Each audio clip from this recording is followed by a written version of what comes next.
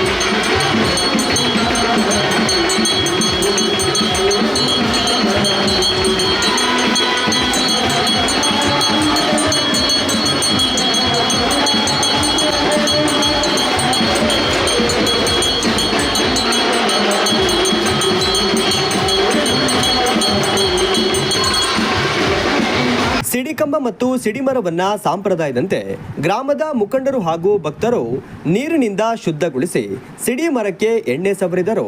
ನಂತರ ವಿವಿಧ ಜಾನಪದ ಕಲಾ ಮೇಳಗಳೊಂದಿಗೆ ಗ್ರಾಮದ ಪ್ರಮುಖ ಬೀದಿಗಳ ಮೂಲಕ ಮೆರವಣಿಗೆಯಲ್ಲಿ ದೇಗುಲಕ್ಕೆ ಕರೆತರಲಾಯಿತು.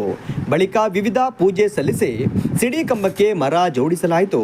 ಸಿಡಿ ಉತ್ಸವ ಆರಂಭಕ್ಕೂ ಮುನ್ನ ಸಂಪ್ರದಾಯದಂತೆ ಗ್ರಾಮದ ಗೌಡರ ಮನೆಯಿಂದ ಒಪ್ಪತ್ತಿನಿಂದ ತಯಾರಿಸಿದ ಬಾಣವನ್ನ ಸಿಡಿ ಕಂಬಕ್ಕೆ ಶಾಂತಿಗೊಳಿಸಲು ಮೆರವಣಿಗೆ ಮೂಲಕ ದೇವಸ್ಥಾನದ ಬಳಿಗೆ ಕರೆತರಲಾಯಿತು. ದೇವರ ಗುಡಿಯನ್ನ 3 ಸುತ್ತು ಪ್ರದಕ್ಷಿಣೆ ಹಾಕಿ ಸಿಡಿ ಕಂಬಕ್ಕೆ ಬಾಣ ಇಟ್ಟು ಪೂಜಿಸಿ ಶಾಂತಿಗೊಳಿಸಲಾಯಿತು. ನಂತರ ಸಿಡಿ ಉತ್ಸವ ಸಂಭ್ರಮ ಸಡಗರದಿಂದ ಜರುಗಿತು.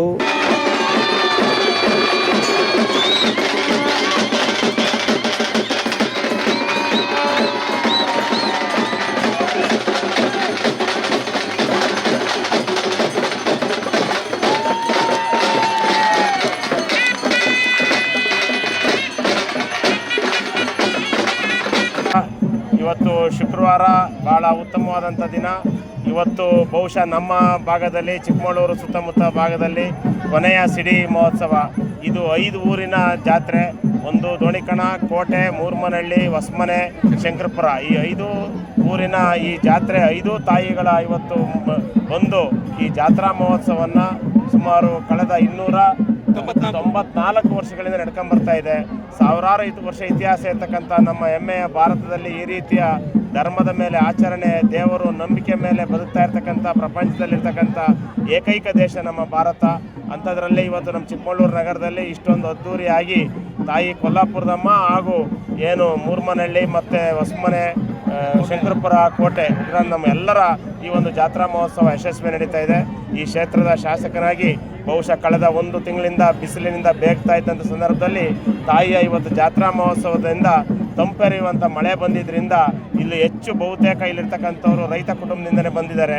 ಹಾಗಾಗಿ ರೈತರಿಗೆ ಒಳ್ಳೆಯ ಮಳೆ, ಒಳ್ಳೆಯ ಬೆಳೆದ ಬೆಳೆಗೆ ಒಳ್ಳೆಯ ಬೆಲೆಯನ್ನು ಕೊಟ್ಟು ಮತ್ತು ಇಲ್ಲಿ ಬಂದಿರತಕ್ಕಂಥ ಎಲ್ಲ ರೈತ ಕಾರ್ಮಿಕರು ಎಲ್ರಿಗೂ ಬಂದಿರತಕ್ಕಂಥ ಭಕ್ತರಿಗೆ ಒಳ್ಳೆಯ ಆರೋಗ್ಯ, ಆಯುರೈಶ್ವರ್ಯವನ್ನು ಕೊಡಲಿ ಅಂಥೇಳಿ ನಾನು ತಾಯಿ ಕೊಲ್ಲಾಪುರದಮ್ಮನವರಲ್ಲಿ ಬಳಿ ಪ್ರಾರ್ಥನೆ ಮಾಡಿ ಮತ್ತೊಮ್ಮೆ ಪ್ರತಿ ವರ್ಷ ಈ ಜಾತ್ರೆ ಇಷ್ಟೇ ವಿಜೃಂಭಣೆಯಿಂದ ನಡೆಯಲಿ. ಅದರ ಜೊತೆ ಈ ಒಂದು ವಿಜೃಂಭಣೆಯಿಂದ ಜಾತ್ರೆ ನಡೀಲಿಕ್ಕೆ ನಮ್ಮ ಚಿಕ್ಕಮಗಳೂರಿನ ಈ ಪೇಟೆ ಕೊಲ್ಲಾಪುರದಮ್ಮ, ದೋಣಿಕಣ ಕೊಲ್ಲಾಪುರದಮ್ಮ ಹಾಗೂ ಎಲ್ಲ 5 ಹಳ್ಳಿಯ ಪ್ರಮುಖರು ಪ್ರತಿ ವರ್ಷ ಸುಮಾರು 1 ತಿಂಗಳಿಂದ ಅವ್ರ ಮನೆ ಕೆಲಸ ಬಿಟ್ಟು ಈ ಜಾತ್ರಾ ಮಹೋತ್ಸವದಲ್ಲಿ ದುಡಿತಾ ಇದ್ದಾರೆ. ಅವರೆಲ್ಲರ ಶ್ರಮಕ್ಕೆ ತಕ್ಕ ಫಲ ಇವತ್ತು ನೀಡಿದೆ. ಹಾಗಾಗಿ ಈ ಜಾತ್ರಾ ಮಹೋತ್ಸವಕ್ಕೆ ದುಡಿತಾ ಇರ್ತಕ್ಕಂಥ ಎಲ್ಲ ಕಾರ್ಯಕರ್ತರಿಗೆ ಧನ್ಯವಾದ ಸಲ್ಲಿಸಿ ನನ್ನ ಮಾತು ಮುಗಿಸ್ತೇನೆ. 294ನೇ ಜಾತ್ರಾ ಮಹೋತ್ಸವ ನಡೀತಾ ಇದೆ. ಈ ಒಂದು 5 ಗ್ರಾಮಗಳ ಈ ಒಂದು ಕಾರ್ಯಕ್ರಮ ಅತ್ಯಂತ ಯಶಸ್ವಿಯಾಗಿ ನಡೆದಿದೆ. ಇವತ್ತು ಏನು ಚೈತ್ರ ಮಾಸ ಅಂತ ಕರೀತದೆ, ಈ ಒಂದು ಸಂದರ್ಭದಲ್ಲಿ ನಾವುಗಳು ಈ ಒಂದು ಜಾತ್ರೆಯನ್ನು ಹಮ್ಮಿಕೊಳ್ತೀವಿ. ಲಕ್ಷೋಪ ಸಂಖ್ಯೆಯಲ್ಲಿ ಈ ಒಂದು ಭಕ್ತಾದಿಗಳು ಆಗಮಿಸಿದ್ದಾರೆ. ನಮ್ಮ ಮೂಲ ಉದ್ದೇಶ ಏನಪ್ಪ ಅಂತ ಹೇಳಿದ್ರೆ, ಕಾಲಕ್ಕೆ ಮಳೆ ಬೆಳೆ ಅಥವಾ ಬೆಳೆದಂಥ ದವಸಗಳಿಗೆ ಹಣ ಸಿಗಬೇಕು ಅನ್ನೋ ವಿಚಾರ, ರೈತರ ಮಕ್ಕಳು ಉದ್ಧಾರ ಆಗಬೇಕು ಅಂತೇಳಿ ಆ ಒಂದು ಕಾರಣಕ್ಕೋಸ್ಕರ ತಾಯಿನ ಬೇಡ್ಕೊಳ್ತಾ ಇದ್ದೀವಿ. ಹಾಗಾಗಿ ಪ್ರತಿ ವರ್ಷದಂತೆ ಈ ವರ್ಷವೂ ಅತಿ ಹೆಚ್ಚಿನ ಸಂಖ್ಯೆಯಲ್ಲಿ ಮಳೆ ಬರಲಿ ಮತ್ತು ಈ ಒಂದು ಭೂಮಿಗೆ ತನು ಸಿಗಲಿ ಅಂತ ಹೇಳೋದ್ರ ಮೂಲಕ ಎಲ್ಲ ಸಮಸ್ತ ಚಿಕ್ಕಮಗಳೂರು ಜನತೆಗೆ ಒಳ್ಳೆಯದಾಗಲಿ ಅಂತೇಳಿ ತಾಯಿ ಆಶೀರ್ವಾದ ಆಗಿದೆ.